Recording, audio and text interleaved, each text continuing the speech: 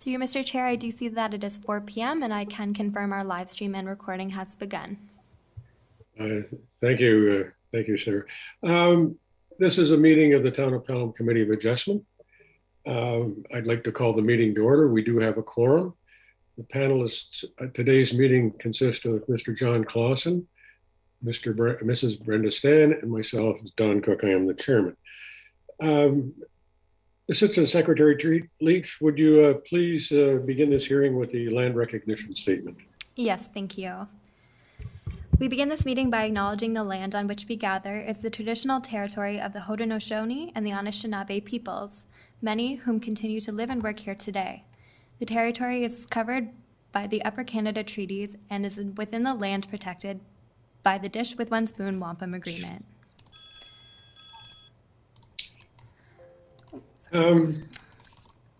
Today is a gathering. Oh, sorry about that. Today is a gathering place is home to many First Nations, Métis, and Inuit peoples, and acknowledging reminds us that our great standard of living is directly related to the resources and friendship of Indigenous people. Through you, Mr. Chair, you may proceed with your introduction. Thank you. As I said earlier, your panel does consist of myself, Mr. John Clausen, and Ms. Brenda Stan. Town staff include Secretary Treasurer Holly Wilford, Assistant Secretary Treasurer Sarah Leach, Senior Planner Shannon LeBrock, Planner Kenny Ng, Legislative Coordinator Jacqueline Miller, who's actually operating our the technology, and we have Mr. Derek Young from the Engineering Public Works Department. This is an electronic hearing of the Committee of Adjustment for the Town of Pelham. Everyone present and viewing at home via live stream will be given an opportunity to comment on the applications being heard. Please address your comments and questions through the chair. This public meeting has been called to satisfy the requirements of the Planning Act and Town of Pelham bylaws. Notice of this meeting has been given by prepaid first-class mail to all persons listed as owners in the last revised assessment roll within 60 meters 200 feet of the subject properties. In addition, a public notice sign has been posted on the lands and information has been provided on the Town's Committee of Adjustment webpage. Agencies commenting on applications may request that certain conditions be imposed should an application be approved. Voicing objections to these conditions will not adversely affect the committee's decision. The purpose of the application and relative correspondence will be heard, following which the applicant will be given the opportunity to address the application. Pre-registered participants will remain in the waiting room until you're called to speak. Please be advised, once you have finished speaking, you'll be removed from the Zoom meeting room. If you are live streaming at home and wish to submit a comment to be read into the public portion, you may do so by emailing clerks@pelham.ca. Comments received following the public portion of the meeting will not be considered. At the conclusion of the discussion, the committee will render a decision and advise of any applicable conditions. Specific wording for the conditions will be determined by the committee following the public portion of this hearing. Copies of the decisions will be mailed to the applicant, agent, and members of the public that have submitted comments. Notices of the decision can also be obtained by request to the Secretary Treasurer.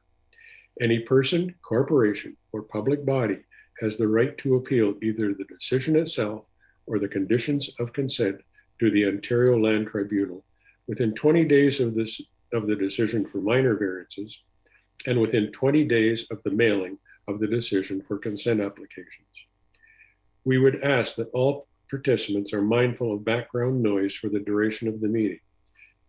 If you are not speaking, it is recommended that you mute yourself. Committee members are asked to raise their hand if you would like to speak and vote. Applicants, agents, and attendees are advised that they are free to leave the webinar once a decision has been made. Pecuniary interest. Does any member of this panel have pecuniary interest in accordance with the Municipal Conflict of Interest Act in any of the applications to be considered this hearing? Mr. Clausen. I have none. Ms. Stan. I have none. And neither do I. Assistant Secretary Treasurer, have there been any requests for withdrawal or adjournment? Through you, Mr. Chair, there have not. In that case, I would suggest we move on to the first application, which is a minor variance application A2 2022 368 Canberra Road in the town of Pelham. There are 3 variances being requested under this application. Assistant Secretary Leach, would you please read the synopsis of the planning report and also the decorum we hope the public will follow during this meeting? Yes, absolutely. Ms. Miller, would you please share our screen?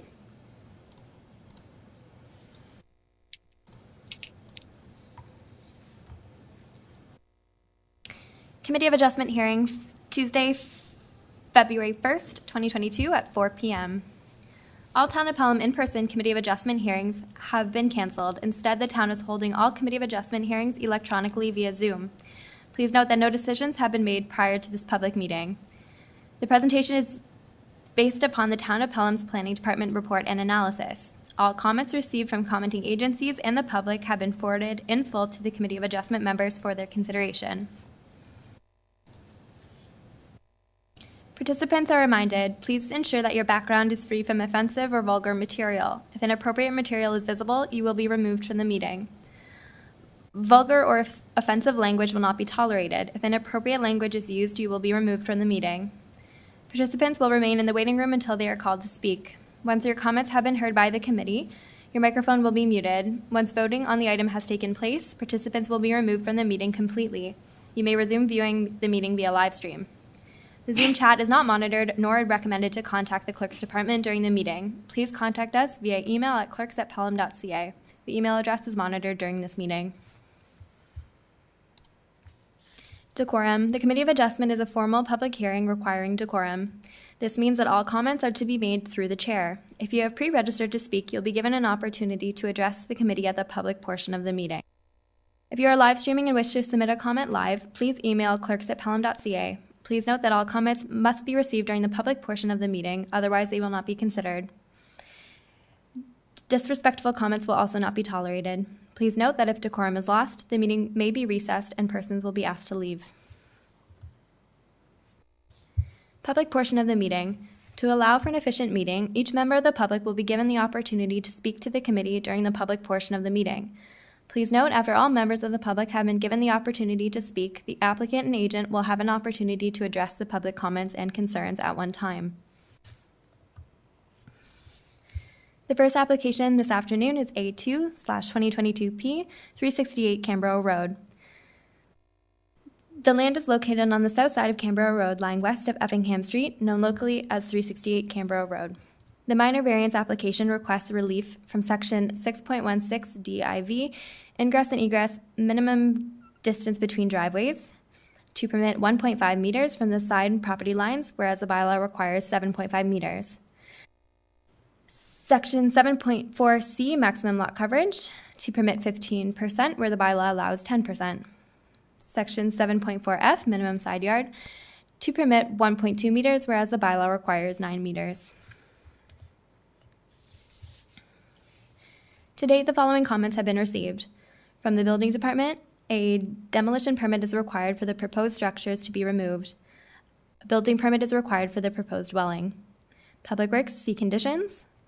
Niagara Region, no objection to, they must submit to obtaining a septic permit. The site is a tight space with a natural slope to the east with trees on the west side, which would have to be removed to accommodate the septic system in this area. In the future, no structures are permitted to be constructed in the bed area, which includes the mantle. Public comments and planning responses are summarized below. Concerned with lots of privacy and openness, light, and noise pollution due to the placement of the new home. Response from the Planning Department: the proposed home will replace the existing home on the subject land and will be placed further away from the homes on adjacent properties than the current home on the property, resulting in minimal impact on privacy, openness, light, and pollution. Concerned with stormwater and septic drainage as well as septic system code compliance. Response: the applicant will be required to obtain approval for a new septic system and approval of a lot grading and drainage plan. Worried that mature trees will be removed for the installation of utilities. Response: it is not anticipated that any trees will be removed to accommodate this proposed development. The existing house and garage will be demolished, allowing for a new driveway and utilities to be installed without impacting any mature trees, and the proposed dwelling is located in an area where there are no trees. Concern with stormwater drainage, septic drainage, safety, view, etc. Response: the proponent is required to obtain a permit approval for a new septic system by the Region of Niagara and design of lot grading and drainage plan to the satisfaction of the Director of Public Works. The siting of the proposed dwelling to the rear of the property does not create any additional safety issues in the neighborhood. Unfortunately, the right to a view is not a land use planning consideration. The dwelling will be located greater than 60 meters to the nearest dwelling, and as such, the impact on view will be minimal. Loss of backyard space for agricultural, recreational purposes, as well as loss of property value and community feel due to the new structure in the backyard. Response: the backyard is still greater than 19 meters in depth, which is adequate for garden and amenity space. While the applicant initially proposed a dwelling at the front in keeping with the streetscape, it caused significant impacts on the adjacent properties, resulting in tree loss and construction challenges that rendered that location not feasible. Object to the building placement and the requested side yard setback, which would lead to loss of privacy. Response: impact on reduction of side yard setback is considered to be minimal. The proposed dwelling is located sufficient distance from the other dwellings to not result in privacy issues. The proposed dwelling is also located more than 30 meters from the neighboring pool. Recommend adding a story in the existing house to increase space. Response: the applicants have chosen to build a new home versus adding on or renovating the existing home. Object to the building placement, which would lead to a loss of view. Response: due to the configuration of the lot, the applicant is not able to site a dwelling in the front portion of the lot. Previous attempts to site a home in the front of the property resulted in a more significant impact on adjacent properties, tree loss, and construction issues. The proposed dwelling is greater than 60 meters separated from adjacent dwellings, resulting in minimal impact on views. While the proposed dwelling is located in proximity to a portion of the neighboring rear amenity area, there remains significant rear amenity area that is not impacted by the placement of the dwelling, and any impact is considered to be minimal. Object to side yard setback variance and concern with impacts to agricultural use on adjacent lands. Response: the impact of the proposed side yard setback is considered to be minimal, and the impact on the agricultural land use to the rear is minimal given the rear yard setback is over 19 meters. Is the variance minor in nature? With respect to lot coverage to 15%, the anticipated impact on the subject property and adjacent properties is minimal. The variance is not too large in actual measurement, equating to an overall lot coverage of 12.72%. Adequate open space will remain available to handle stormwater runoff and preserve sufficient rear yard amenity area, and to allow for the construction of a new septic system. The proposed dwelling is located to the rear of the property, where it will have the least impact on adjacent lands and is more than 60 meters separated from the nearest adjacent dwelling.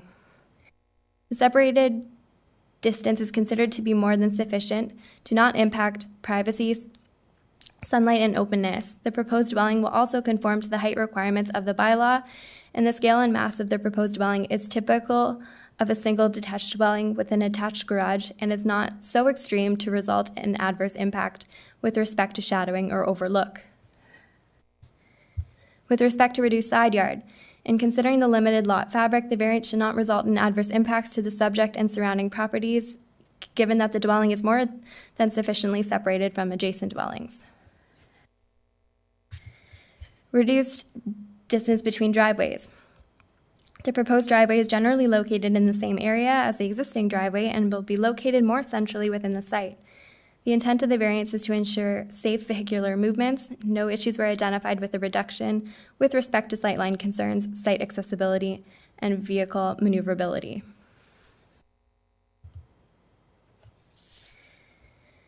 Is the variance desirable for the development or use of the land? With respect to lot coverage, the overall lot coverage is not significantly increased, and the proposed dwelling is an average-sized dwelling.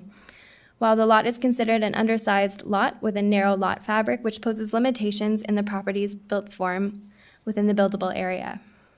With respect to reduced side yard, The intent is to ensure that new development has regard for adjacent dwellings and to minimize impact on structures on adjacent lots. It also ensures the maintenance of an outside access around the building and the retention of open space on individual properties. There is adequate space which separates the proposed dwelling from adjacent structures and to maneuver around the building for access and retains ample open space in the rear yard. With respect to reduced distance between driveways, the driveway will be located to a more central location within the site and would in turn improve vehicular circulation and accessibility. Does the variance maintain the general intent and purpose of the official plan? The proposed single detached dwelling is a permitted use within the specialty agriculture designation of the official plan, and uses which are compatible with agriculture are permitted.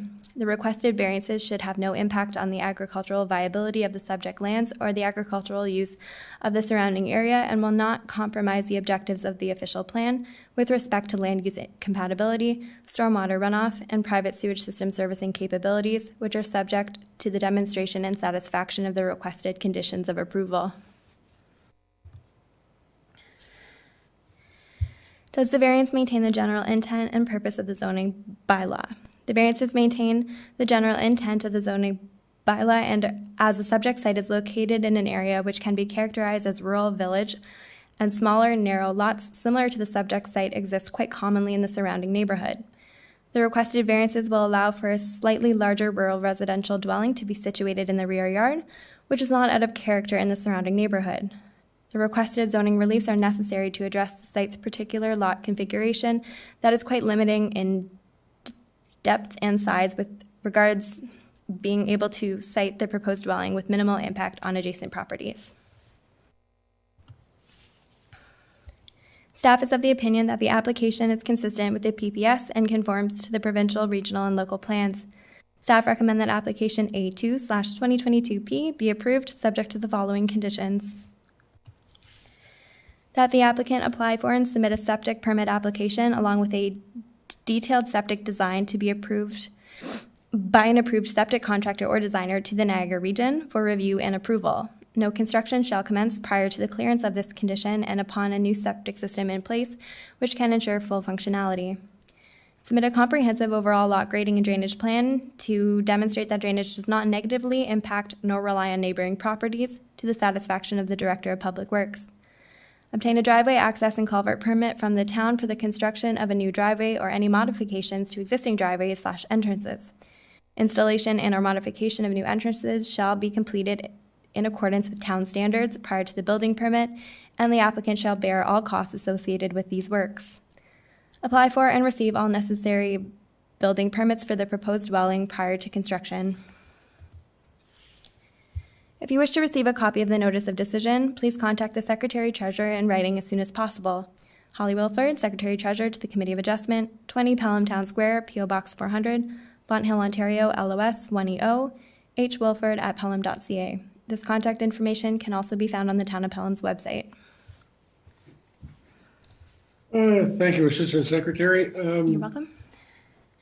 Is a representative from the owner? Do we have Mr. Hykoop on board, or is the owner, Mr. Vandenbrink, available to join us for? Yes, I would kindly ask Ms. Miller to bring in our participants, please.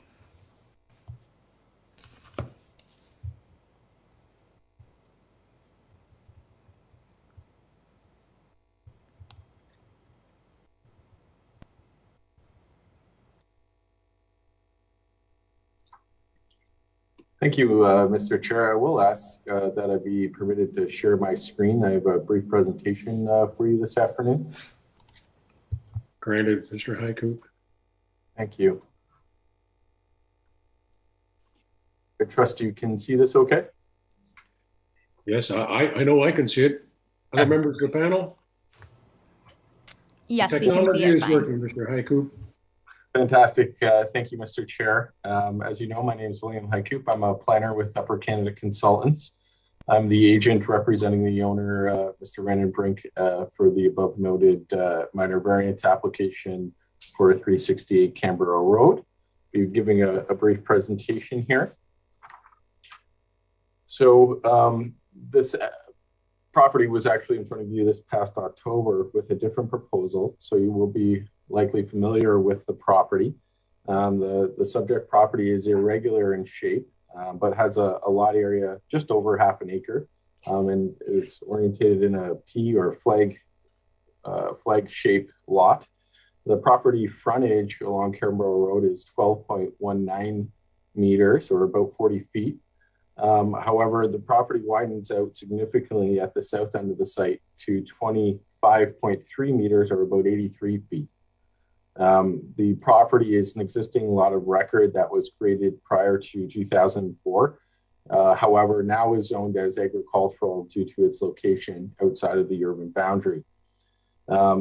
As noted, the zoning is agricultural, and this really provides or requires setbacks that are much more restrictive than you would typically see in a street of Canberra Road of this nature, where the dwellings are quite closely sited together, more in a residential format.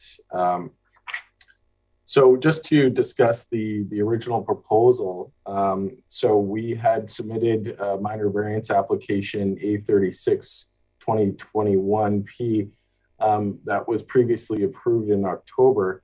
The intent of that application was to actually site the building at the front of the property along Canberra Road, close to where the existing building is sited. As we were working through the conditions of approval, we were required to complete a tree inventory preservation plan, basically an arborist report. Through the process of preparing that arborist report, it was noted by our arborist that there were several concerns regarding the impact of the dwelling on some of the large mature trees close to Canberra Road. Our ability to address that was very difficult. Unfortunately, most of the trees are straddling the property line, and therefore they are shared trees. In order to take them down, we require the permission of the landowner that they are shared with. Unfortunately, we're not able to gain that permission to do that. So this kind of left us a little bit high and dry, and not able to move forward. So with Mr. Vanderbrink, the existing owner, we took a look at the property again to determine what we could do to try and construct the building at the front, as this was our intent, and it just was not possible. So that left us looking to the rest of the proposal, and after some careful consideration and review of the existing zoning, it became apparent that there was a building envelope for a dwelling at the rear of the property under the existing zoning. So you can see that box of what would be permitted under the existing zoning in red here. So that was one of the things that we were looking at what to do. There is existing zoning permissions at the rear of the property. However, it wasn't as desirable as it could have been. And so we felt that rotating the dwelling and adding the garage to the front side, the northeast side of the dwelling, allowed for a little bit better siting of the dwelling for a couple reasons. But first, that location of the driveway and garage allowed for a little bit more privacy and protection from the dwellings up along Canberra Road. And to add to that additionally helps give some privacy to the rear yard area, and actually making it bigger. So that allowed more room for the placement of a septic and shelters it from the properties at the front. So we felt that this was a very appropriate siting of the building, and ultimately that's why we're back in front of you this afternoon, and that's what we're seeking approval for. You can see the orientation of the proposed dwelling in blue, highlighted below. And so you can see the size really isn't too much different from what the existing zoning permits, but we just feel it does so in a much better orientation, and allows for less impacts to the surrounding property. So just to recap the previous proposal versus what we're looking for today, I've created a chart here for you. So we are requesting a maximum lot coverage of 15%. So that's the same request that we had last time. As noted in the staff report, our proposal actually has a coverage of about 12.79%, but we just wanted to provide ourselves some flexibility. We don't have a building drawing finally prepared. We wanted to make sure that we had enough coverage for a rear covered porch, a garden shed, those kind of things. So that's the first variance. We had originally proposed a minimum front yard reduction. However, because the building is proposed to be in a rear, we no longer need that one. The next one is the minimum side yard setback reduction to 1.2 meters. This is the same as the previous request.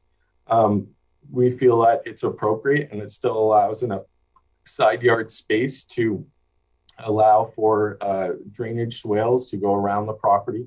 As you're likely aware, the property drops from north, is higher in elevation to south. So when we site the building, we wanted to make sure that we left enough space to the side property lines to allow the proper grading design, and that swales would be able to be designed appropriately to accommodate that. We feel like the 1.2 meters, as previously approved, is possible to accommodate that. We are also requesting a provision that allows the driveway to be at a minimum 1.5 meters from the side property lines. This request is really due to the existing trees and the whole reason why we're back here, as it allows for flexibility in the driveway location as it goes to the new proposed dwelling location. So as we go down the driveway, we'd be able to shift it left or right here and there to avoid any conflicts or any tree roots.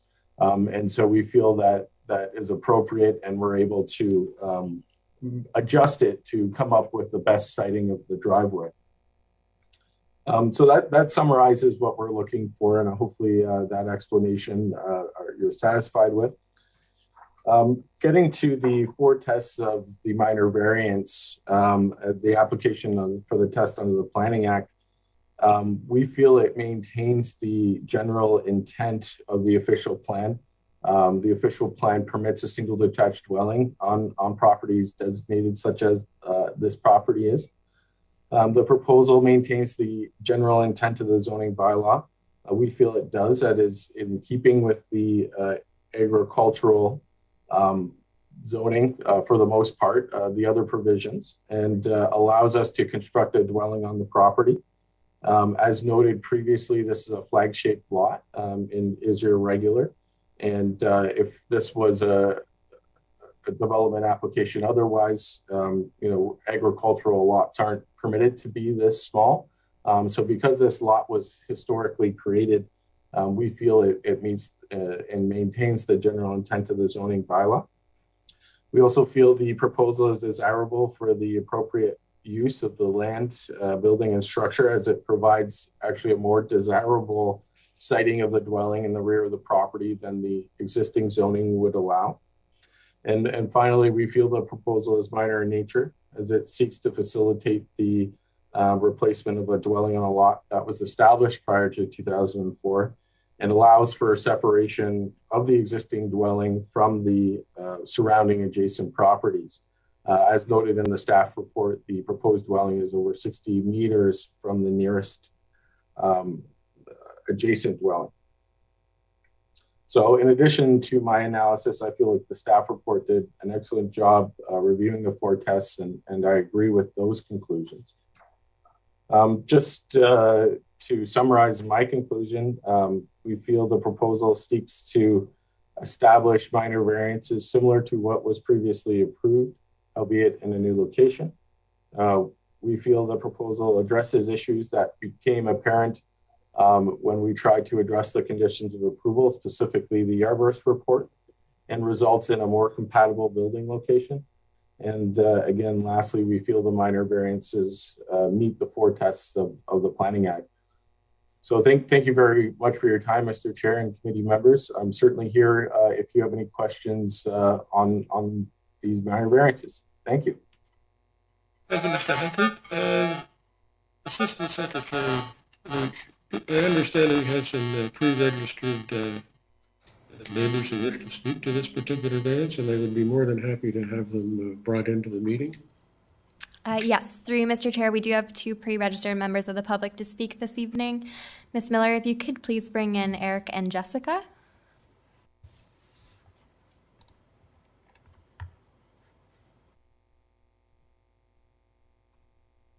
Good afternoon. Oh, can you hear me? Yes, we can. Okay. All right, perfect. You're welcome to turn on your video as well if you'd like. Oh, Okay. Okay. I can see you guys Thank now. you for joining us. Excellent. Okay, so everybody can hear me now? Yes, Yes, we can. I can, so I hope everybody else can. Yes. Okay, perfect. So I've never been to one of these things before, so who starts? You guys or me? You're welcome to present your comments. Okay, so obviously I had addressed several issues in my previous email. I think most of them have been kind of like most of my objectives have been answered. I have a couple more things that I noticed during today's meeting. My first question, I guess, is why were they not allowed to build in the original footprint of the house? Mr. Haiku, maybe you can help. Certainly. Through you, Mr. Chair. So we weren't able to construct the dwelling in the original location. If we could, we would. We wouldn't be back here. But the issue is that one of the conditions of the original proposal was that we completed a tree inventory and preservation plan.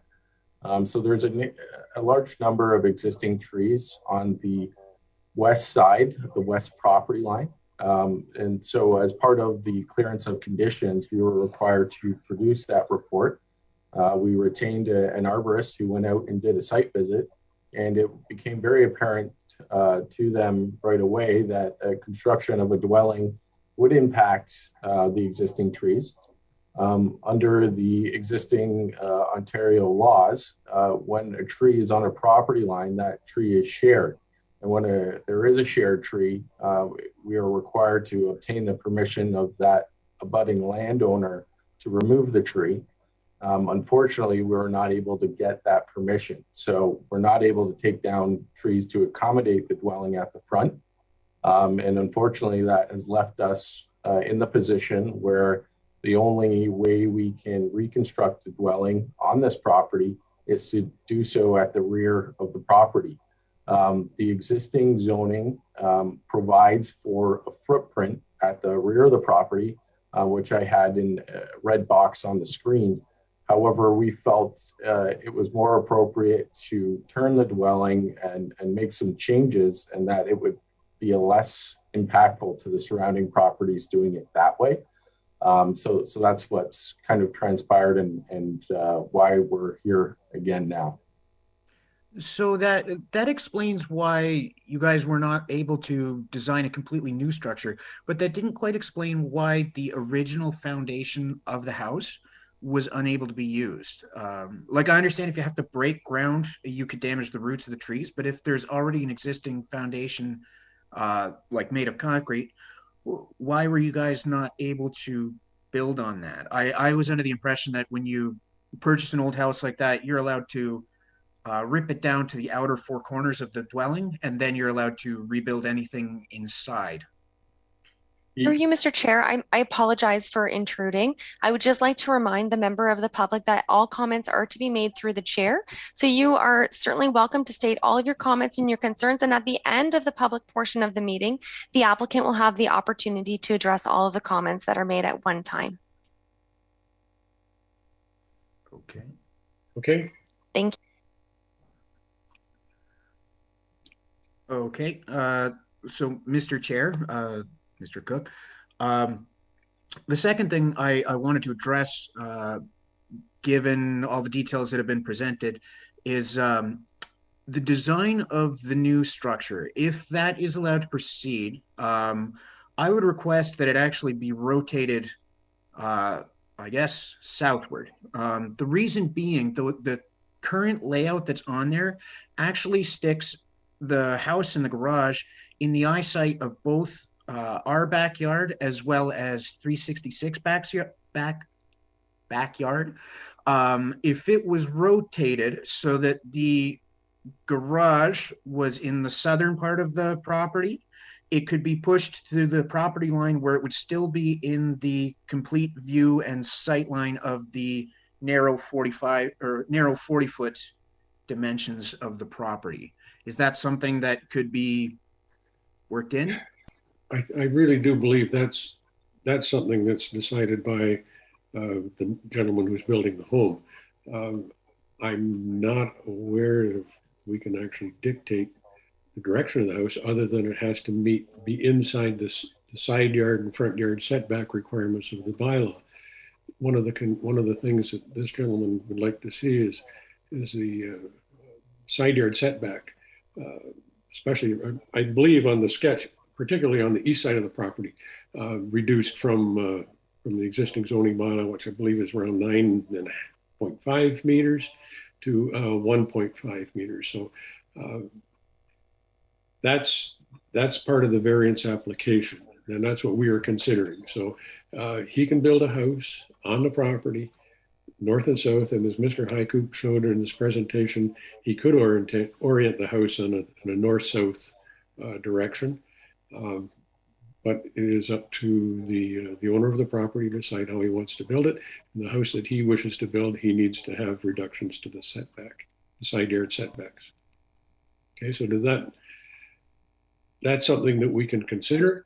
We may request that side yard setback be increased from what they've requested, but that's something that we will be considering in the closed portion of the meeting. Okay. And the other thing I was looking up earlier, sorry, Mr. Chair, the other thing I was looking up earlier today was the total maximum lot coverage being only 10% of the property. Somebody had told me that you guys do not include the driveway as part of that coverage. But if you did, just based on quick, simple math, the length of the driveway all the way down to the house, including the footprint of the house itself, would end up taking up about 20% of the lot coverage, which in an agricultural space, I would believe that would be permanently destroying a large portion of that property that can and has been used for agricultural reasons. The previous neighbors that we had there before, where the new neighbors would like to put their house, is actually where they had a gigantic vegetable garden, and the rest of the property, I mean, given the right designs and a higher point of the property, could allow even a small orchard, some grapevines, something like that. But if a dwelling's allowed to be built and a driveway is allowed to take up pretty much the entire length of the property, it just kind of seems like we're going to lose one more property to development that was once agricultural. Once again, that is at the discretion of the owner of the property. He may wish to put back a garden. That's not our preview. Our preview is currently zoned agriculture, and an agriculturally zoned area does allow the construction of a single-family residential house. Okay, so that is actually outside. That's outside of the applications currently in front of us. Mr. Chair, doesn't that make it more than 10% of the property? I do not. I'd have to go back and check the zoning bylaw myself. Maybe I can get some help. Mrs. LaRock, could you give us a hand on this? I know. I don't believe that a driveway is included as part of the land area. Certainly, Mr. Chair. No, the lot coverage is restricted to structures only. A driveway does not count towards that number. Okay, so that's why it's what it is. He's requesting an increase in the footprint of the building. I guess I got it right, Mrs. LaRock, Shannon, that really, we're looking at the square acreage or the square footage of the building to be constructed, the footprint. That's correct. Okay. Okay, Mr. Chair. I mean, with that being said, We will consider your comments, and thank you for attending our meeting. You've made some good points, and we will consider your comments when we come to render a decision on this application. Thank you for joining us. Okay, thank you. Thank you. Through you, Mr. Chair, I would ask Ms. Miller to please bring in our next participant, which is Nigel.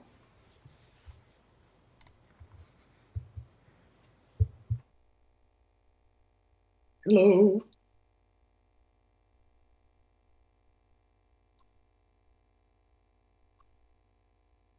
Oh, I see his name has popped up. Good afternoon, Nigel, Mr. Whitteman. Could you turn your video on for us? We'd like to see you, and probably your audio too, because I haven't. Oh, there you are. We can't hear you, but you can go ahead and unmute yourself.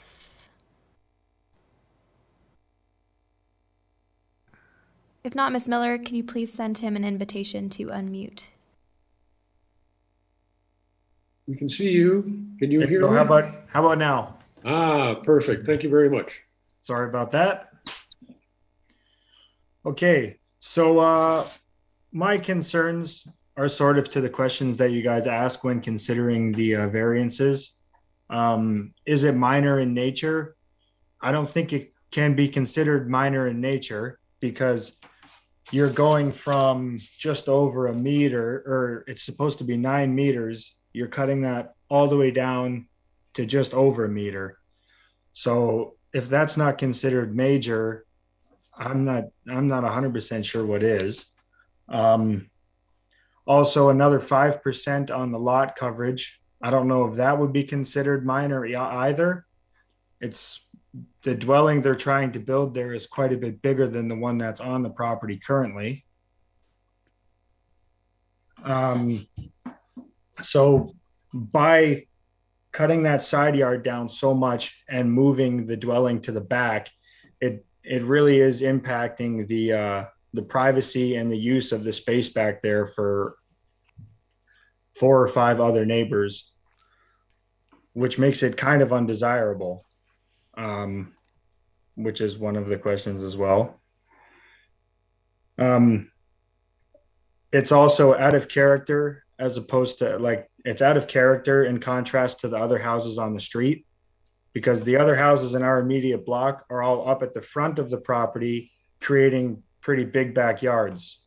And by moving that house to the back, it's eliminating the yard and sort of changing the streetscape as well, which is an issue.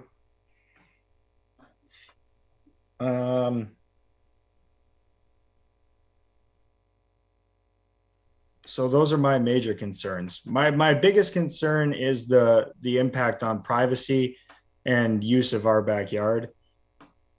If there was a house at the front of the property with the rest of our houses, then it's not impacting the layout of the neighborhood or changing the use of the property in any way.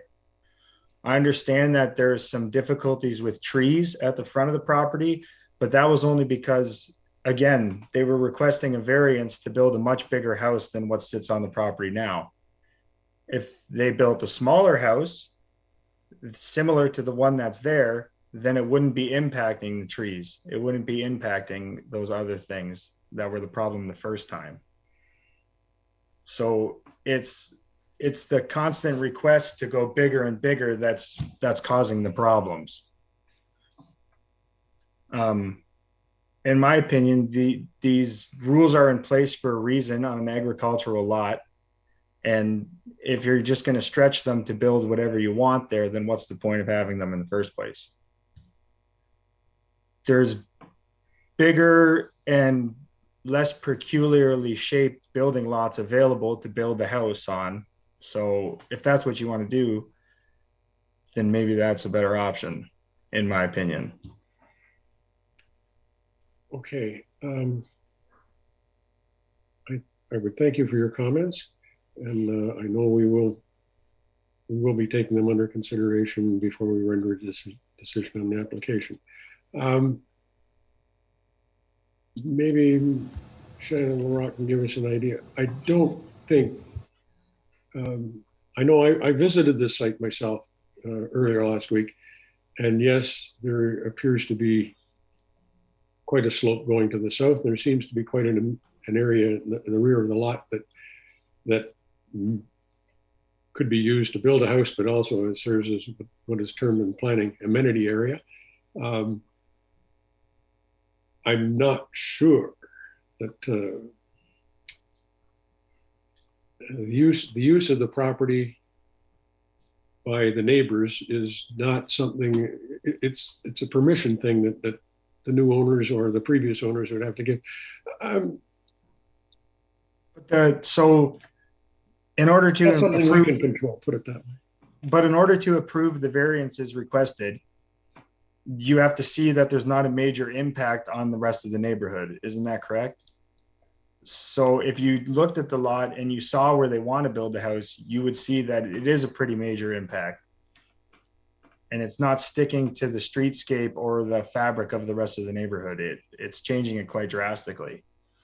So I understand that you can't tell them how to build. We're stuck between a rock and a hard place on this one, okay? We know that you would like to see the streetscape be the same. The majority, I think, Mr. Haiku, the majority of the homes along there have relatively narrow frontages. Like, like this one is what, 36 feet, something of that order? That's correct, Mr. Chair. They're pretty narrow. This one's about 40 feet. It's very difficult to cite a home that's 20 or 30 feet wide in a lot and still have a driveway and something like that. So I can see your concern, and I can see the concerns of the owner of the property that he would like to build a house to suit the size of maybe his family.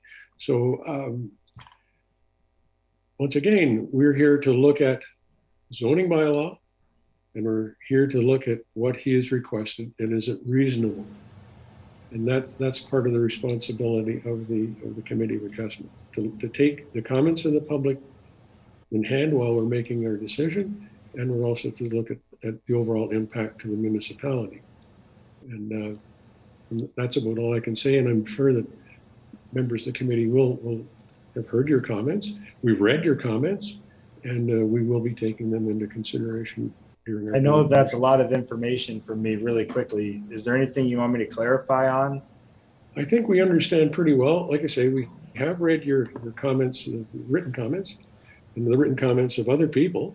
And I think that we understand the concerns of the neighborhood, and I'm sure we will be taking them into consideration in our deliberations. I hope that helps. And I'm trying to give you what the purpose of the committee is. Yep, I understand.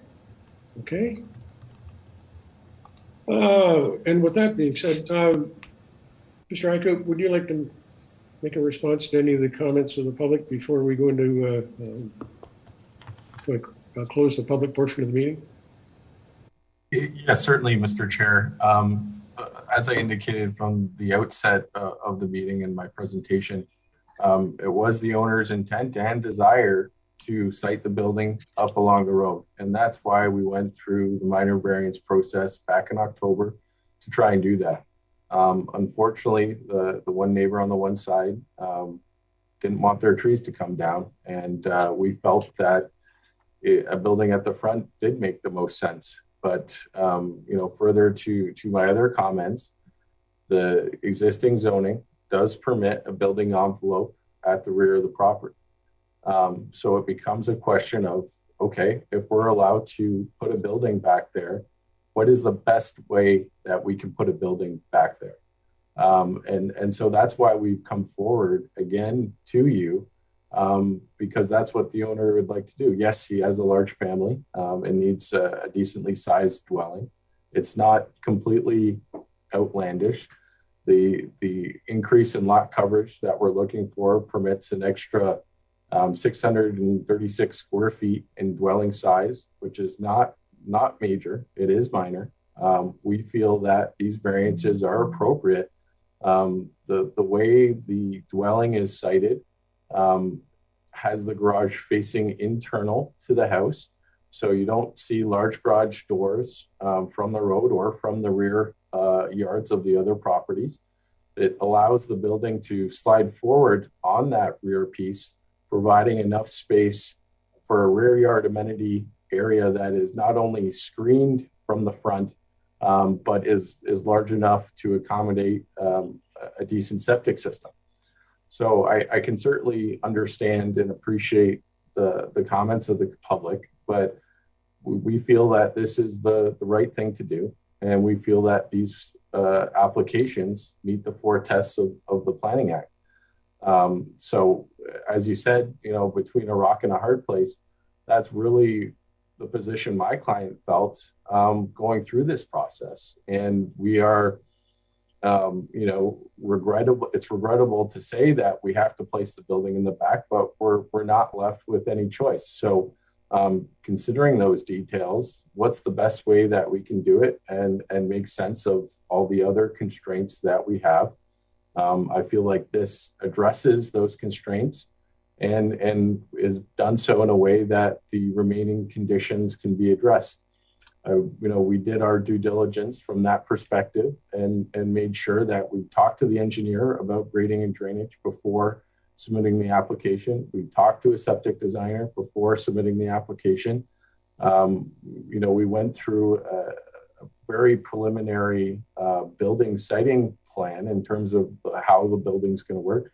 And I really think this is the best case scenario from this, you know, journey that we've been on over the last 6 months. So hopefully that provides some context and understanding. And you know, from the owner's perspective, it's been quite a frustrating process, understandably, having to spend the money to come back here again.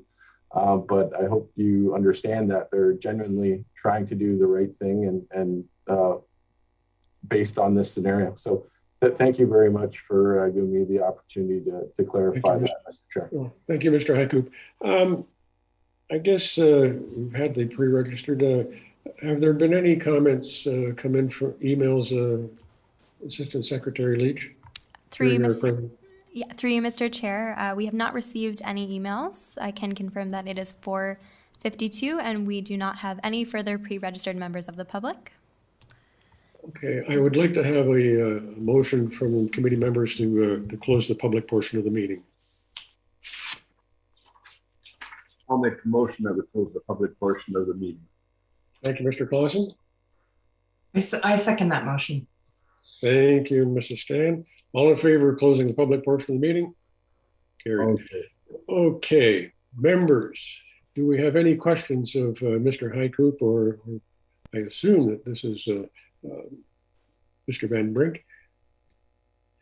Mr. Clausen, any questions of the? Well, I just have one. I mean, I was involved in the last meeting they had, Mr. Hycoop, with the drainage. You said you went through a preliminary without, I don't know whether you did any calculation. You guys think it'll involve major alteration to the property to contain the water? Will there have to be soil brought in and raise the land so it doesn't quite slope?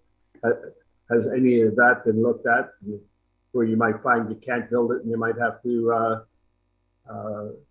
come back again with some other proposal? Through the chair, I guess, Don, has that been looked at? Through you, Mr. Chair, to Committee Member Clausen. Yeah, I did have engineering department here at Upper Canada take a look. Generally speaking, they feel that some simple rear swales around the side property lines will be able to redirect flow coming at the front of the house and take it around the sides within its current flow location. So yes, we've taken a look at that, and no, we will not be back here for a grading issue. Through the chair, the last meeting, the owner the one owner was concerned about his privacy to the west and with the trees. And it's, you know, we have now other owners.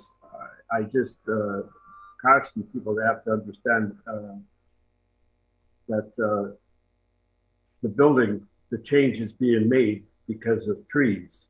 And I think we addressed it at the last meeting. And I just bringing up this with the property just to help you, Mr. Heineken, the owner, so that we don't get into that. I thought we had it solved last time, but it wasn't. So I just mentioned that fact that people have to understand. You have certain rights.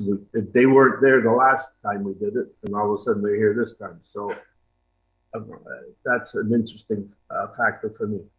I'll say no more. Mrs. Stan, do you have any questions you would ask Mr. Haiku or the owner? No, I think all my questions have been answered. Thank you very much.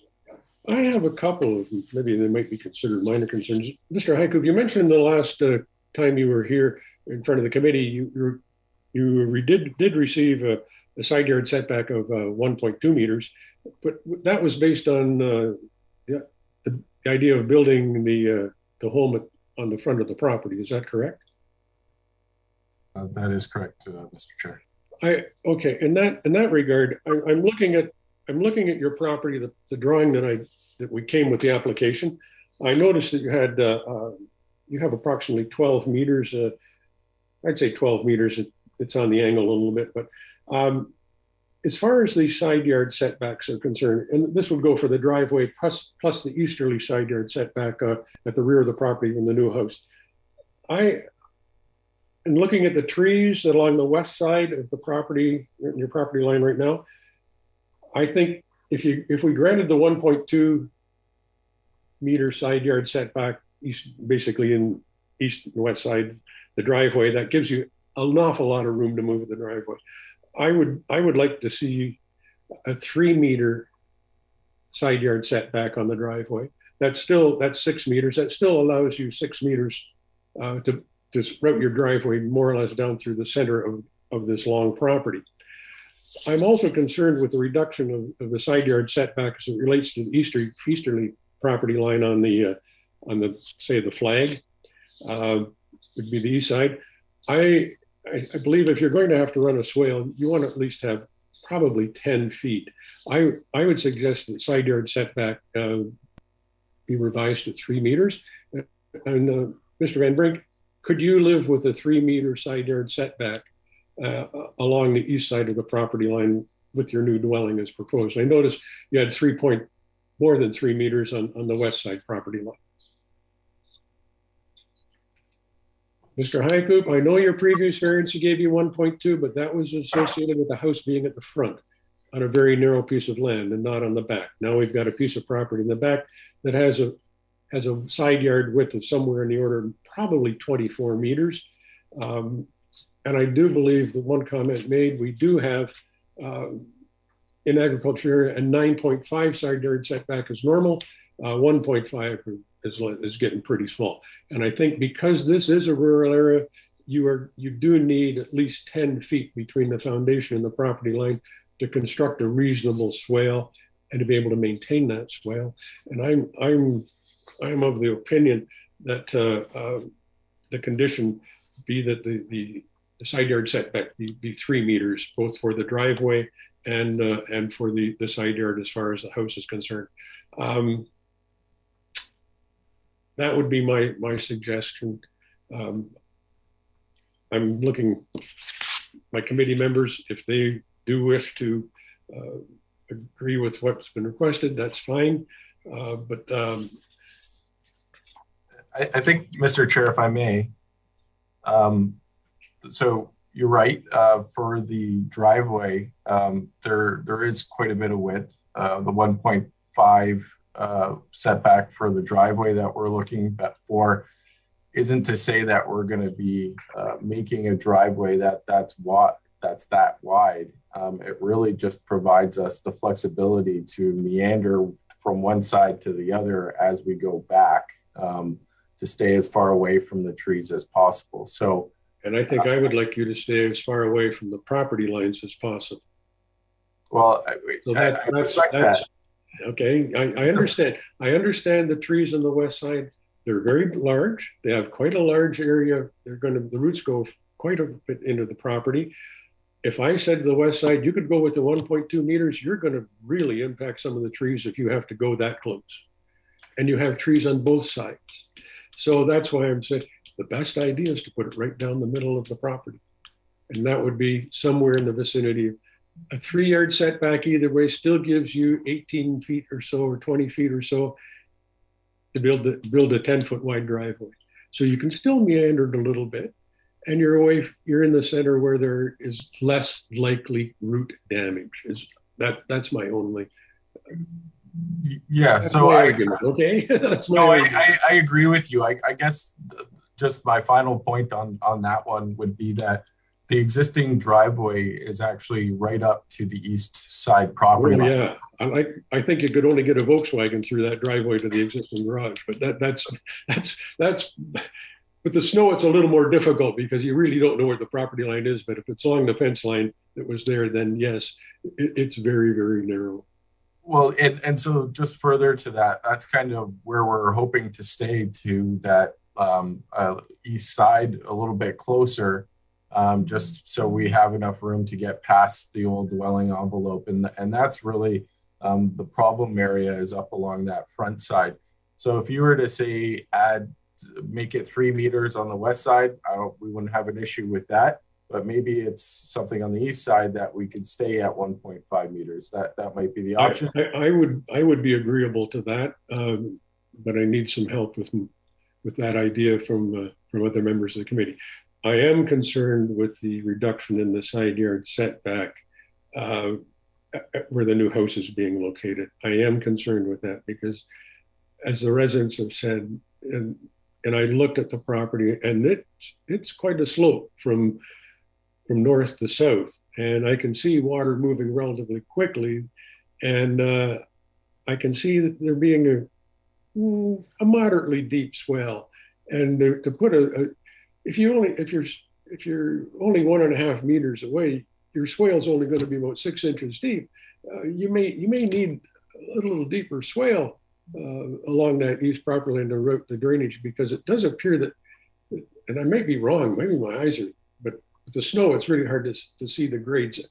I think you've got land coming from the east, and you're going to have to pick that up too, and keep it away from the foundation.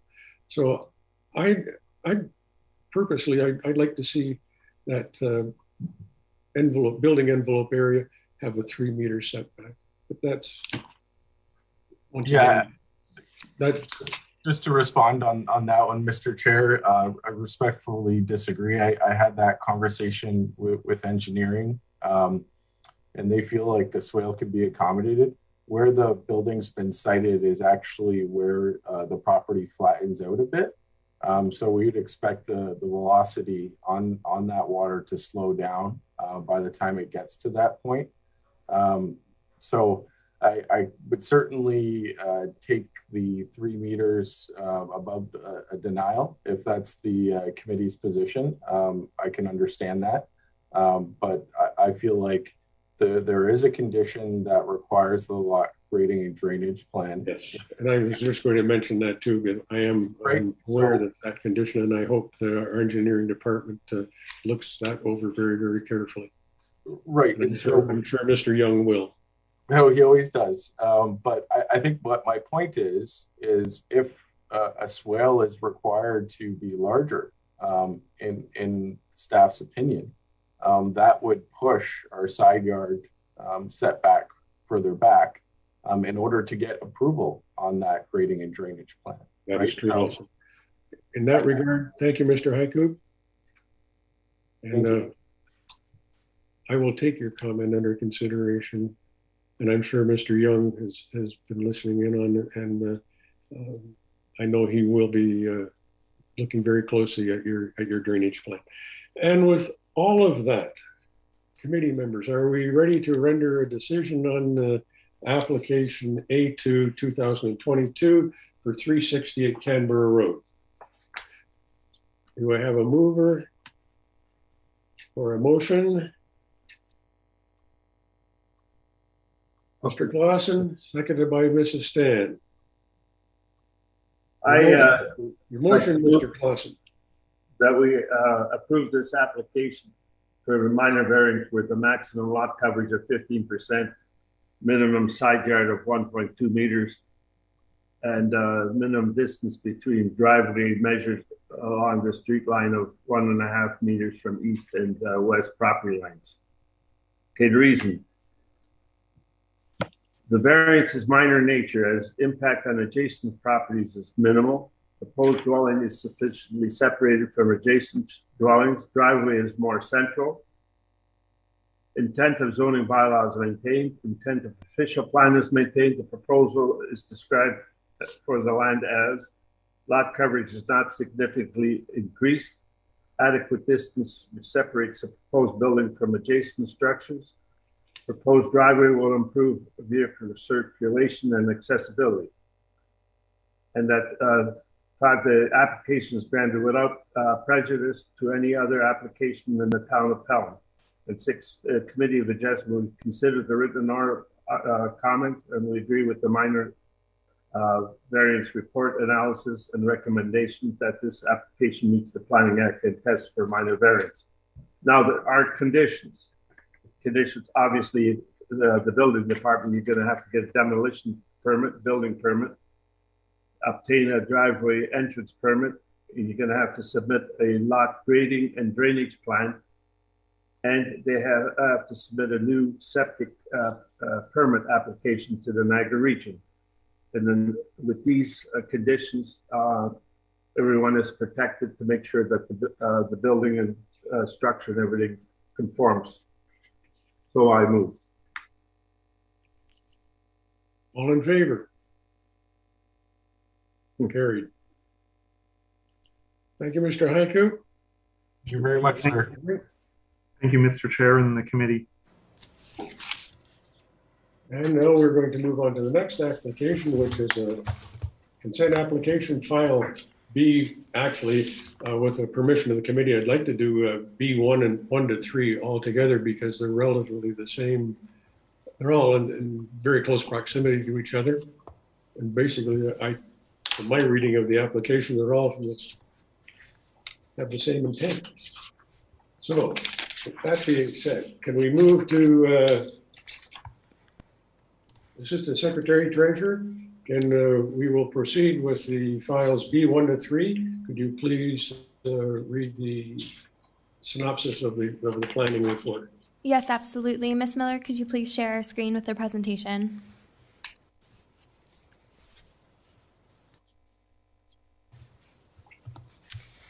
Application for consent, files B1, B2, and B3/2022P, 147 Port Robinson Road, parts 1, 2, and 3.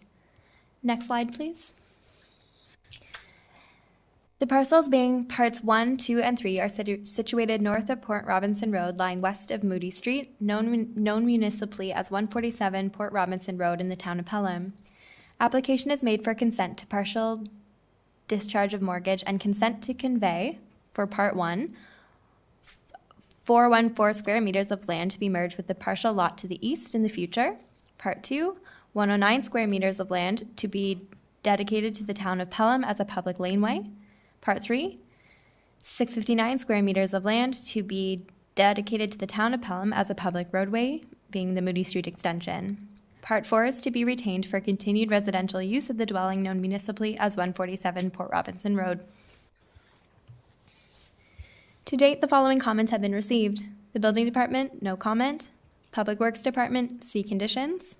No comments were received from the public at the time of writing this report.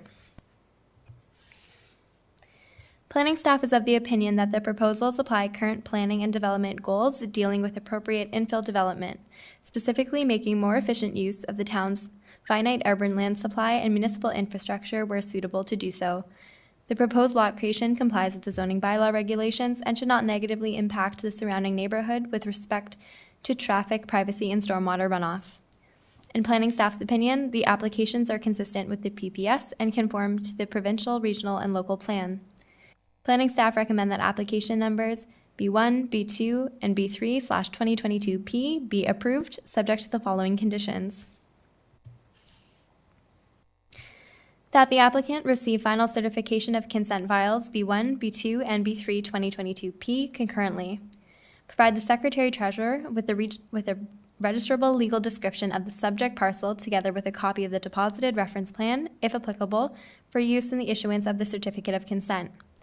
Provide the final certification fee of $411 payable to the Treasurer, Town of Pelham, be submitted to the Secretary Treasurer. All costs associated with fulfilling conditions of consent shall be borne by the applicant. With respect to Part 1, merge Part 1 with partial lot to the east within the River Estates Phase 2 subdivision. Obtain approval for a site-specific zoning bylaw amendment to rezone the merged lot, as well as address any deficient zoning bylaw regulations resulting from the lot's creation to the satisfaction of the Director of Community Planning and Development. Provide lot priority plan to the Department of Community Planning and Development. Submit a solicitor's certificate of ownership and a surveyor's certificate showing lot frontage and total net lot area for the final merged lot to the Development of Community Planning and Development. Conduct a Stage 1/2 archaeological assessment and receive clearance from the Ministry of Heritage, Sport, Tourism, and Culture Industries. Sign the Town of Pelham Standard Memorandum of Understanding explaining that development charges and cash in lieu of the dedication of land for park purposes are required prior to the issuance of the building permit.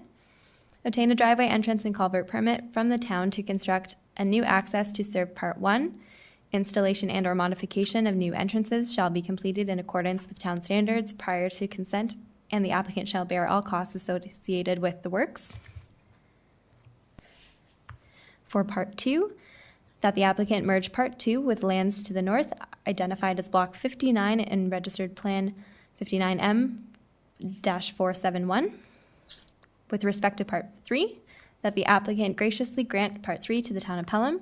The requested conveyance is to be conveyed freed and clear of any mortgages, liens, or other encumbrances, and is to be described by reference plan. The cost of providing this plan will be the full responsibility of the applicant. The applicant will arrange for the land surveyor for the property to submit the preliminary undeposited survey plan along with all related documents to the Town of Pelham Director of Community Planning and Development and Secretary Treasurer to the Committee of Adjustment for approval. Confirm that no existing utilities cross the proposed lot lines. Should any services cross these lines, the applicants shall be responsible for costs associated with their relocation/removal. If you wish to receive a copy of the notice of decision, please contact the Secretary Treasurer in writing as soon as possible. Holly Wilford, Secretary Treasurer to the Committee of Adjustment, 20 Pelham Town Square, P.O. Box 400, Fonthill, Ontario, LOS 1EO, hwilford@pelham.ca. This contact information can also be found at the Town of Pelham's website.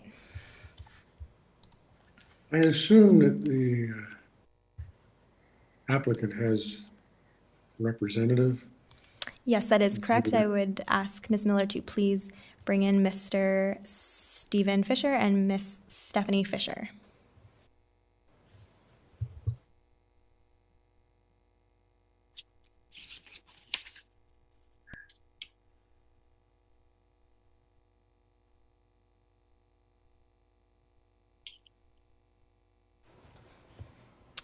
Through you, Mr. Chair, I do see that Mr. Stephen Fisher is in the meeting. Ah. Well, Mr. Fisher, welcome to our meeting. I didn't hear you. Are you unmuted? Yeah, I believe so. Oh, there we go. Thank you very much. You've heard the synopsis of the planning report. Do you have any other comments you wish to bring forward to the committee before we... No, the planning report has been prepared in working with staff in order to move forward with the neighborhood plan to the west. And we look forward to continuing to move forward in that vein. Okay. Committee members, do you have any questions of Mr. Fisher? Mr. I have none. Mrs. Stan? I have no questions. I have no questions either. I think the severances for the lots that are going on are 2 dedications of public roadway to the town and the addition to the lot that's a partial lot already approved in the plan of subdivision. So with that being said, are we ready to render a decision on the through you, on the Mr. matter? Chair, sorry to interrupt. I would just Oh, I like forgot to ask the question. Yes, that's Has there okay. anybody from the public submitted a comment by email while we've been discussing this? We do not have any pre-registered members of the public to speak to this application, and I have confirmed that it is 5:15 and we have received no emails pertaining to the application. Therefore, you can move into committee input. Okay, I suggest we better get a motion to move into the closed section of the meeting. Can I have a motion to go into end the public portion of the meeting on these applications?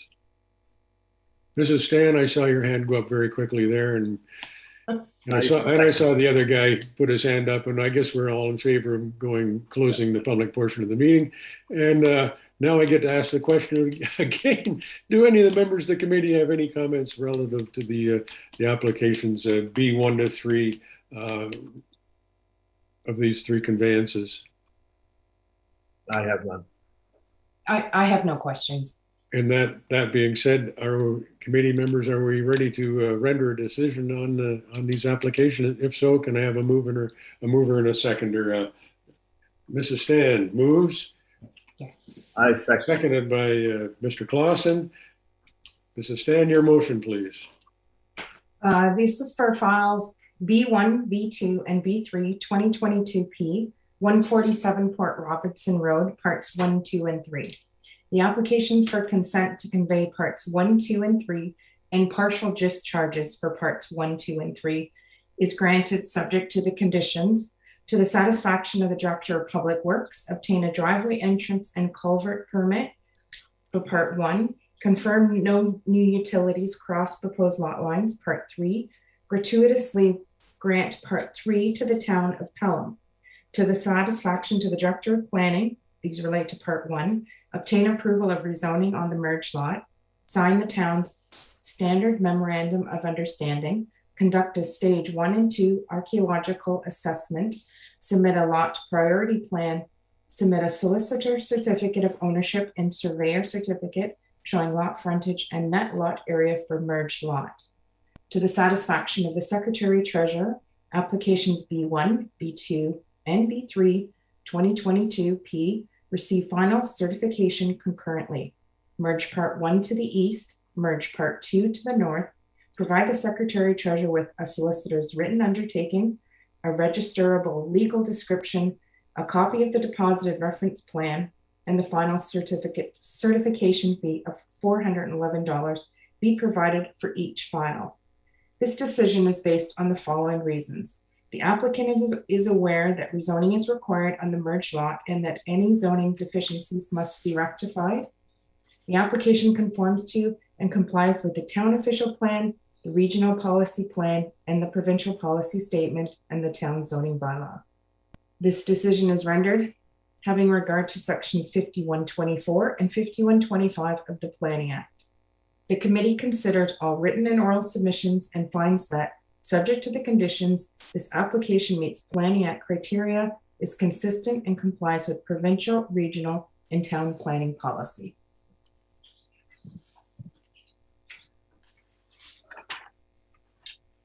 All in favor? Granting the applications, carried. Thank you.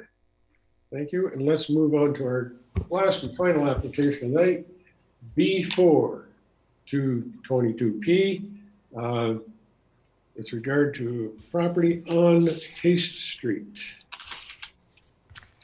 Thank you. Through you, Mr. Chair, I would ask Ms. Miller to please share our presentation.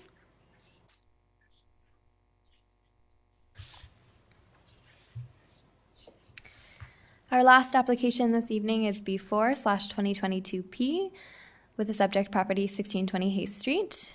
The subject parcel, being part 1, has a frontage of 8 meters on the east side of Haste Street, known municipally as 1620 Haste Street. Application is made for consent to convey 0.117 hectares of land, part 1, to be added to the abutting property to the north, being 1636 Haste Street, part 2, for residential use. Part 3 is to be retained for future residential use. To date, the following comments have been received. Hydro 1, no comments or concerns. Niagara Region. No objection, subject to the satisfaction of any local considerations, as well as the requirements of the Niagara Escarpment Commission staff, and provided that Part 1 is merged in title with Part 2 so that no new lot is created. Public comments were received from neighboring property owners, which is included on the Committee of Adjustments agenda and summarized below. Public comment, no objection. Public comment, support the application, which can improve traffic safety. Public comment, would like to preserve nature and habitat of escarpment and avoid any further deforestation of escarpment. Since the writing of this report, additional comments had been received and are included in the agenda package. The minor boundary adjustment will address the driveway encroachment and ensure that it is wholly contained on the applicant's land, as well as the encroachment of the gas line. It is noted that no trees will be removed, and from the ground there will be no physical change contemplated by this boundary adjustment. In planning staff's opinion, the application is consistent with the PPS and conforms to provincial, regional, and local plans. Planning staff recommend that application number B4/2022P be approved, subject to the following conditions: that the applicant merge Part 1 with Part 2, provide the Secretary-Treasurer with a registrable legal description of the subject parcel together with a copy of the deposited reference plan, if applicable, for use in the issuance of the Certificate of Consent. Provide the final certification fee of $411 payable to the Treasurer, Town of Pelham, be submitted to the Secretary-Treasurer. All costs associated with fulfilling conditions of consent shall be borne by the applicant. Should you wish to receive a copy of the notice of decision, please contact the Secretary-Treasurer in writing as soon as possible. Holly Wilford, Secretary-Treasurer to the Town of Pelham, 20 Pelham Town Square, P.O. Box 400, Fonthill, Ontario, LOS 1EO, hwilford@pelham.ca. This contact information can also be found on the Town of Pelham's website. Thank you, Assistant Secretary Leach. Through you, Mr. Chair. Representatives from the owner or his agent?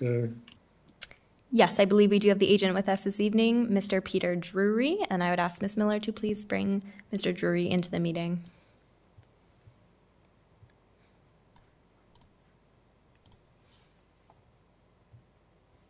Mr. Drury, we do see that you have joined us. If you could unmute yourself and turn on your video, you may proceed with your comments.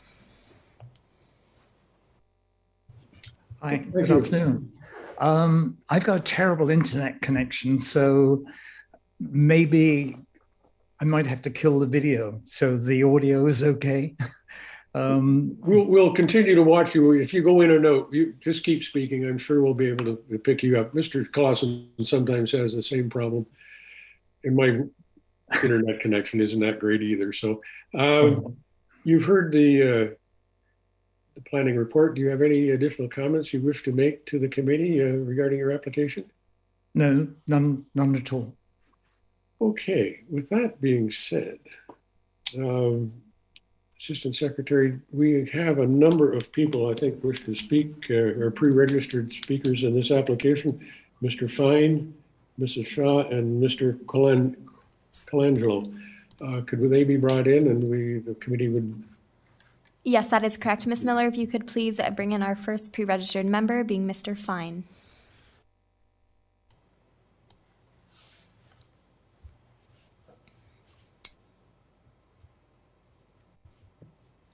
We do apologize. We are also experiencing a bit of a lag this evening. Good evening, Mr. Fine. We do see that you have joined us in the meeting. If you could unmute yourself and or turn on your camera, you may proceed with your comments. Hello, how are you? I'm sorry I can't turn my camera on. It is not working. All I have is audio currently. That's fine. Please proceed. Thank you for joining us, Mr. Fine. You're welcome. First of all, I'd like to say that the information provided was extremely confusing. Only after talking to Mr. Ung, Mr. Young, or sorry, Mr. Ing at the town was I able to understand actually what was going on. As long as Part 1 becomes part of Part 2 and Part 3 is only being mentioned in this change because of the fact that part 1 is actually being taken from part 3 and added to part 2, I have no objection to this. But again, that was not made in any way clear, Mr. Chair, with the instructions or the paperwork that we were given. And it took several calls and quite a bit of my time to understand what was being done here. I'd like to request that things be made clearer in the future, if possible.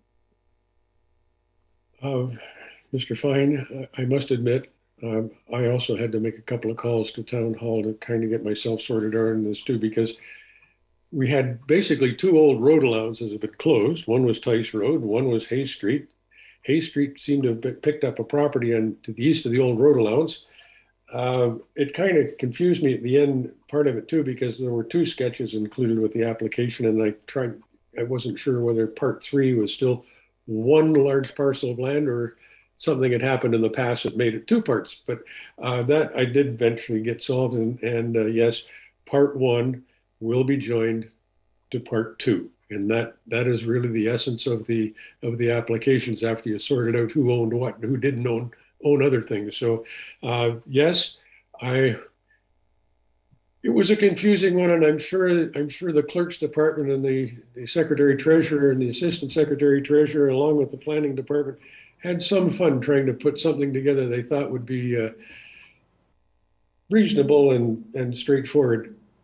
Even I, after dealing with this type of stuff for many years, found this one quite confusing. And, I very much appreciate their help.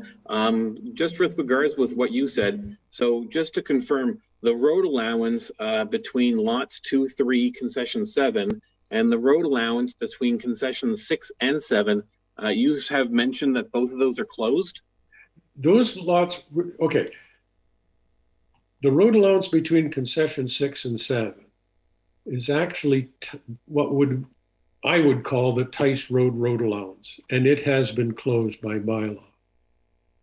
It has been closed by bylaw because it is not marked as closed on this document we received. Okay, but this is a surveyor's sketch, and I noticed on the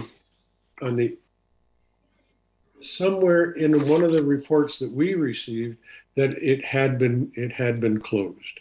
In fact, if I can grab my information here, I might be able to actually tell you. Thank you so much, Mr. Chair. The road allowance between 6 and 7, there was a note I saw here. That's not it. Hang on, let me go a little further into this one.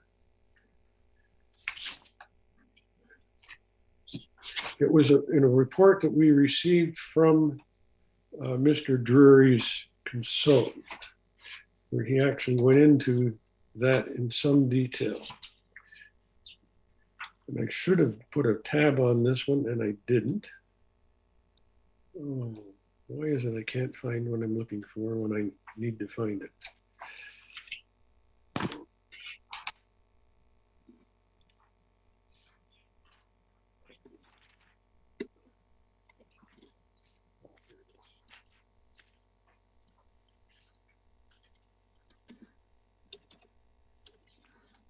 One of the sketches that we got, it was closed by bylaw 1222. It did not have a date on it, but that is an old bylaw for the town of Pelham, but it's bylaw 1222. Okay. Okay. It would be interesting if we could request a copy of that. And let me see another bylaw. It's not like that was the bylaw that closed Hay Street. Bylaw number 1340 1951, and it does have an instrument number. I would suggest in those 2 instances, you may wish to ask for a copy of a report that was attached to our agenda, produced by... Through you, Mr. Chair, the Clerk's Department would happily satisfy the request of Mr. Fine following this meeting. Okay. That would be very appreciated. Clerk's Department will be in contact with you. Yes, absolutely. Thank you so much. Okay. I guess the next, Mrs. Kathy Shaw can be brought into the meeting. Thank you. I'd ask Ms. Miller to please bring in Ms. Shaw.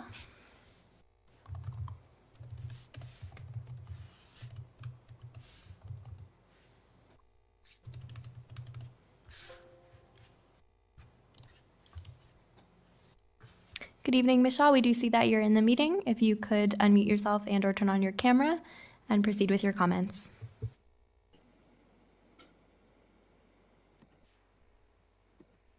Ms. Shaw? I'm here. Can you please state your name and address for the record? I forgot Yes. to ask that of Mr. Fine, but I'm sure we'll find. It's Kathy Shaw, and I'm at 62 Philmore Boulevard. Okay.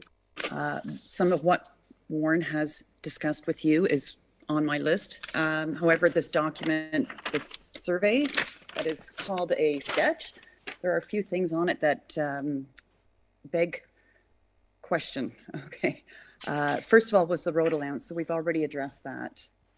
Second, we have a legal description that outlines a road. So this number one is based on bylaw 1222 is closed. This should not appear on the sketch any longer. Is that what I'm to understand? Okay. You have to remember, this is not illegal. The sketch that was attached to the application says, right, this is a sketch. This sketch is not a plan of survey.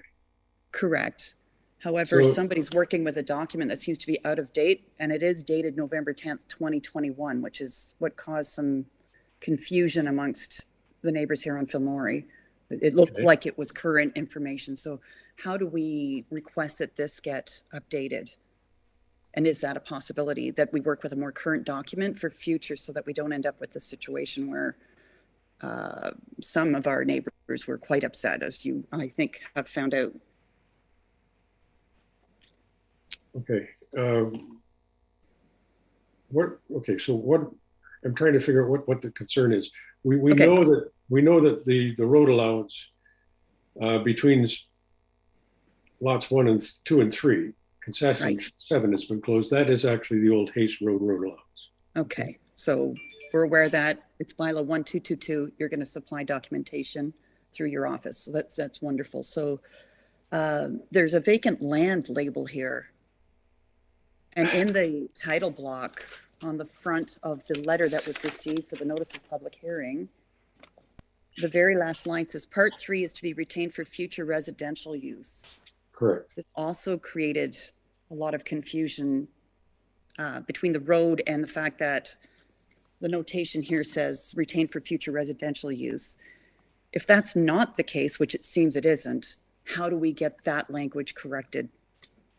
Part 3, it's my understanding, part 3 is an existing lot of record. So yes, under the zoning bylaw currently, a house could be built on that property. On part 3? On part 3. Okay, and so it's my understanding only a single family house can be built because it is one large block of land. Over and beyond the 2 that are now on haste. So there's the original and then the new one that's being built, which is why we're having this call, right? So you're saying that there's an existing house on part 2. Right. Part 1 is being added to the lot. Correct. Part 1 is being added to increase the size of the lot where the existing house is. Okay, so perhaps Mr. Drury's house is shown on the sketch. Okay, and there's a house being built next to it, which there is a house being built somewhere on part 3. Right. So we know and understand this to be part of the Niagara Escarpment. So this document doesn't really tell us what's happening, even though it's dated November 10th, 2021. The planning report that I have in front of me says that this entire area is within the Niagara Escarpment planning area. Yes, that is correct. That is correct. Okay. Mrs. Arak, could you come in and kind of help me out on this one? Sure, I can explain. I guess the question is related to what the development might occur on part 3. Yeah, we don't have any details on that as of yet, Mr. Chair. That would require approval from the Niagara Escarpment Commission through a development permit application. We've seen no plans to that effect at this point in time. The only thing that's being asked with the current application is simply this boundary adjustment to rectify the situation where the driveway is encroaching on these other lands. This current application won't give any permission for any construction or future uses on the other lands. Okay, so that isn't clear with the documentation. I think that was made, we were made aware of that at the beginning, that this particular B42022P was a little bit complicated. Okay, so that's one of the other things that we wanted to figure out what was happening there and why in the title block it refers to part 3 being retained for future. And also in the title block, there is a reference to frontage of 8 meters on the east side of Haste. That's where the road allowance is at the moment. Is that Hayes Street? Hayes Street is actually located where it says Hayes Street, and correct. I don't know, where are you looking at about the 8 meters on the east side of Hayes? Here. Okay, let me see. Did I miss something in my looking at this? In the very first sentence, it says has a frontage of 8 meters on the east side, and I'm sure I feel like this is an error as well, but there's just a lot of little errors that it just makes this so unclear. So it's actually the west side of Haste, I believe. Well, yes. Okay, minor discrepancy. Right. So we're just asking for clarification, and okay. If we could... well, anyway, we do know based on the sketch, and we do know based on what we've been given, the frontage of Mr. Drury's existing lot is going to be increased by 8 feet. And the west side of the west side okay. of what we now know is where Haste Road is currently located. Okay. So you can see our confusion. I got lost doing it too. Okay, so I know, and I'm glad you started with that because it really helps. But we're concerned, and we do want to protect this land, and we have spoken to the Niagara Escarpment, and they are I'm fully wanting to protect it too.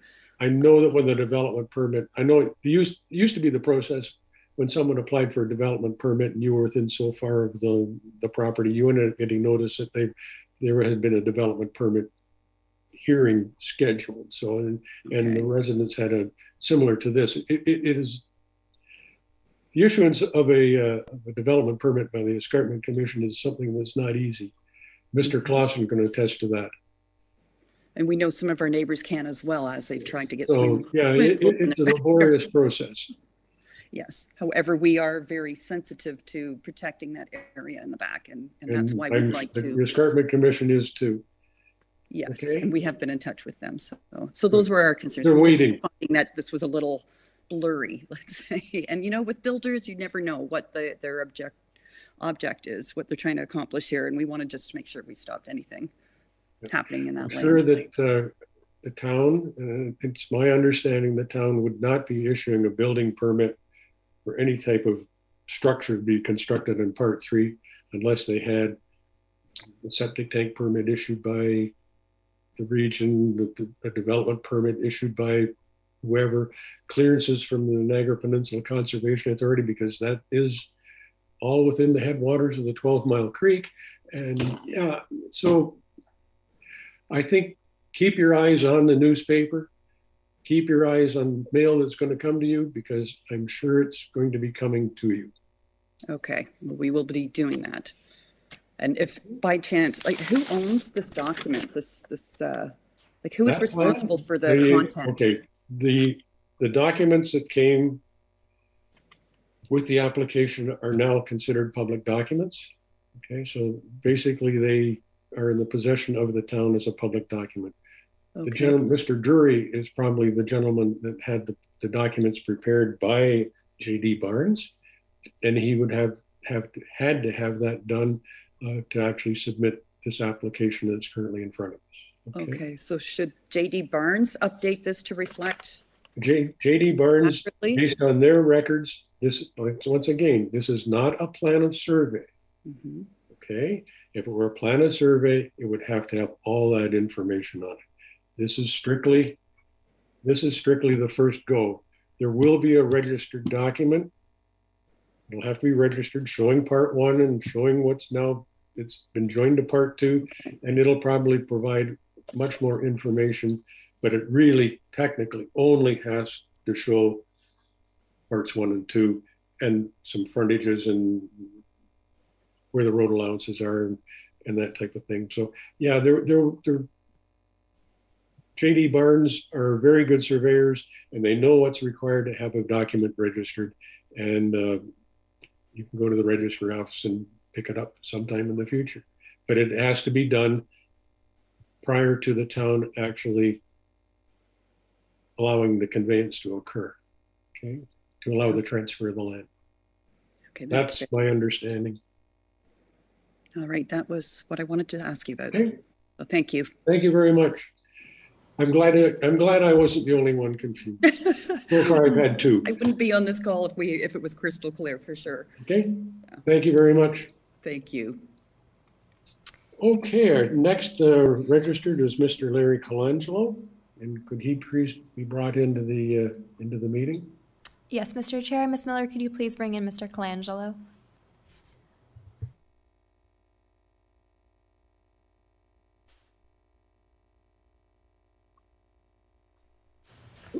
Hello.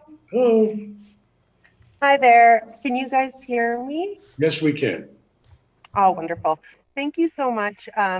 Everything has been addressed that we were concerned about, and I'm thankful that our neighbors, the Shaws and the Fines, were able to tune in and just get their questions answered. We had the same questions. Excellent. Thank you very much. Yes, thank you, everyone. Okay. We've had the pre-registered to speak. Assistant Secretary Treasurer, have we had any comments submitted by email during our deliberations? Yes, Mr. Chair, we have. I do have a question here from Mr. Rob Hickson. How will this affect any aspect of the road allowance? The road allowance, we know that the old road allowance between concession 6 and 7, that has definitely been closed. That would be the Tice road allowance that runs between Lookout Street and Haste. And I know personally the road allowance between Haste and Pelham Street has also been closed because I back onto it. So I know that has been closed. We do know that somewhere along the way, the original road allowance between lots 2 and 3, concession 7, that being the northerly extension of Haste Road, has been closed, and Haste Road has been relocated easterly. And how that has actually happened, it's sometimes a little beyond us in certain spots. And I think Mr. Drury's planning consultant did a marvelous job trying to figure out what was going on. And I'm sure that the town has a kind of an interest in that too. So with that being said, Mr. Drury, thank you for sitting in. Do you have any comments you wish to add to the committee's discussion before we close the public portion of the meeting and move into? Whoops! You have to unmute yourself, please. Okay, can you hear me now? Ah, there you go. Yeah, only one, and that is that when you look at the house is actually sitting on both road allowances. Yes, the old both road allowances. I noticed that when I was looking at it too, and I thought, oh, strange things happened. But the road allowances were closed before that house was built, because I remember when that house was built, or the original house on that property. Yeah, so half of the road allowance has been incorporated into our lot, and the other half of the road allowance belongs to the golf course. Exactly. So, yeah, there's no chance ever of those roads going through in that location. That is correct. They are closed road allowances. Yeah. And that's all. Okay, thank you. And I guess we can close the public portion of the meeting. Can I have a mover and a seconder to close the public portion of the meeting? And then we'll, Mr. Clausen moved, Mrs. Stan seconds, all in favor of closing the public portion of the meeting. All in favor, closed. Any comments of the members on this one? Mr. Clausen, you look eager to speak. Well, I didn't find this confusing or any problem. It's strictly a boundary adjustment. There is nothing to it. I don't understand why the public had trouble understanding. I thought the staff did a fantastic job. They explained it here. This part of the process is going to this. Obviously, the road allowances are totally irrelevant. Exactly. The guy owns the property. That's right. He owns it. They made it clear. I read the thing, and I just want to be perfectly clear that I find it very difficult to have to listen to this because it's such a simple matter. It's a boundary adjustment. The owner of that bought the property, Mr. Jury, was kind enough to give him that 8 meters so that his driveway and everything, he owns it now. That's right. And I actually agree. But one of the things I did notice that bothered me more than anything was we, in the application, received a second sketch, and it showed part 3. What was it showing on the most recent sketch?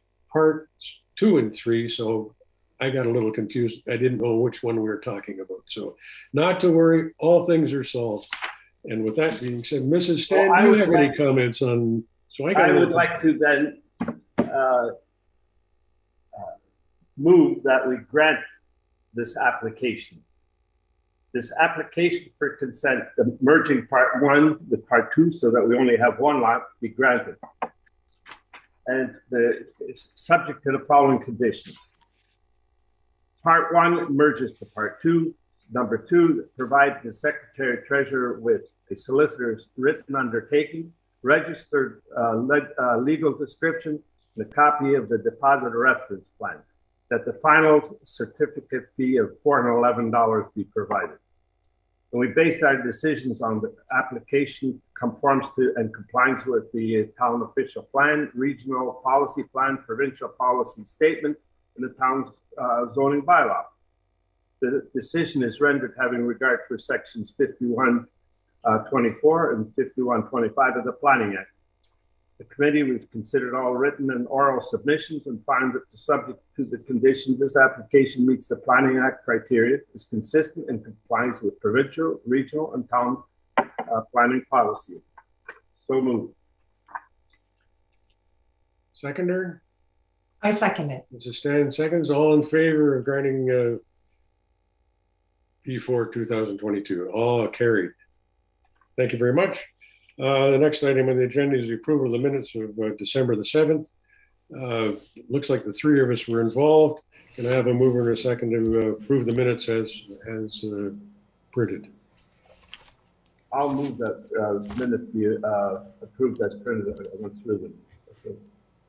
I second the motion. Thank you, Mrs. Stan. All in favor of approval of the minutes of December the 7th? Carried. Next item on the agenda is adjournment. Can I have a mover and a second to adjourn? I move that we adjourn. Moved by Mr. Clausen. I second. Seconded by Mrs. Stan. All in favor of adjourning this meeting of the Committee of Adjustment, Town of Pelham? Carried. Thank you very much, ladies and gentlemen. Thank you all. And staff for joining us in this meeting. Thank you, and I wish everyone a good night. And a good night. Good night, everybody.